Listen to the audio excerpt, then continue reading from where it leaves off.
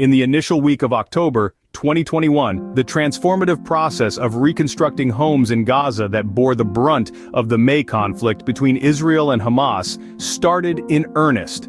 The scale of the devastation was immense, with around 2,200 homes completely annihilated and a further 37,000 sustaining damages during the tumultuous conflict.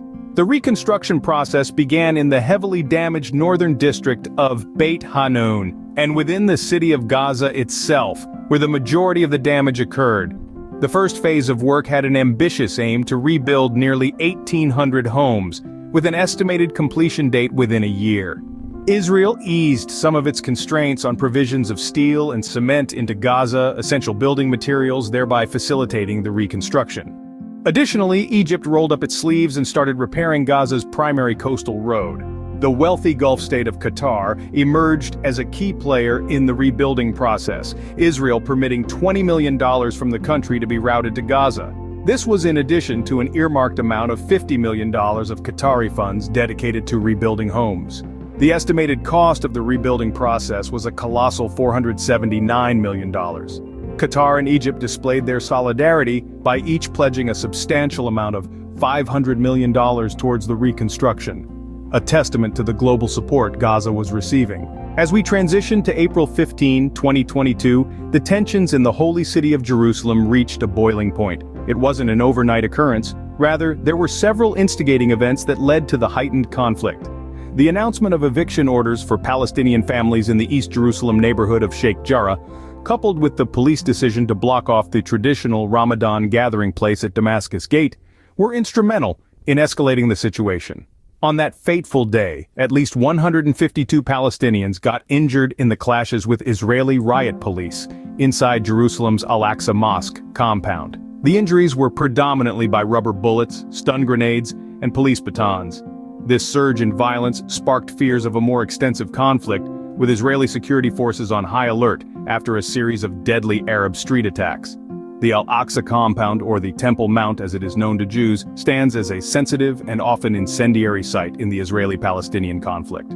The overlap of Ramadan and the Jewish celebration of Passover further aggravated the tension. Israeli police reported Palestinians hurling firecrackers and stones at their forces and the nearby prayer area. In response, police entered the compound to disperse the crowd and ensure the safety of worshippers, leading to injuries to 3 officers and the detention of hundreds of Palestinians. The international community was not silent. Reactions poured in from various corners of the globe. The United Nations expressed concern over the escalating violence and called for maximum restraint. The European Union and several countries, including the United States, urged parties to maintain calm.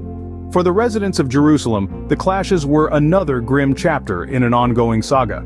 Shops were shuttered, often out of fear of vandalism or being caught in the crossfire. Many residents, both Jewish and Arab, lived in fear as the violence escalated, unsure of how or when it would end.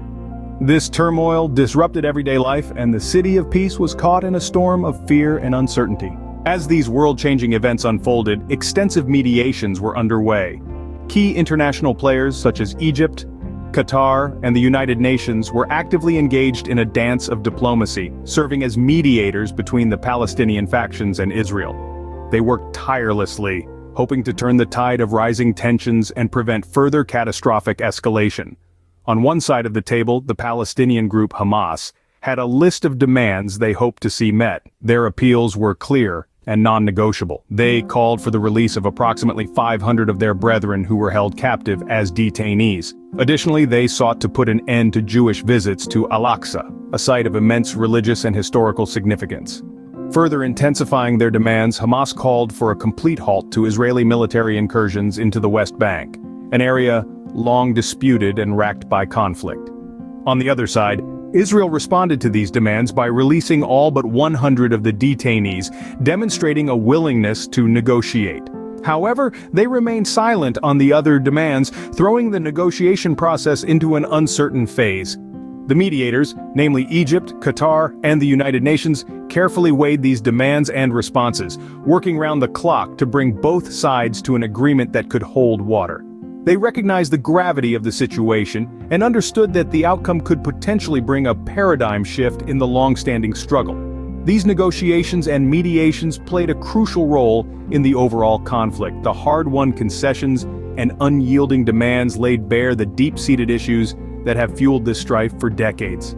This negotiation period not only revealed stark divisions and contested claims, but also put a spotlight on the much-needed dialogue and compromise that could potentially pave the way for peace.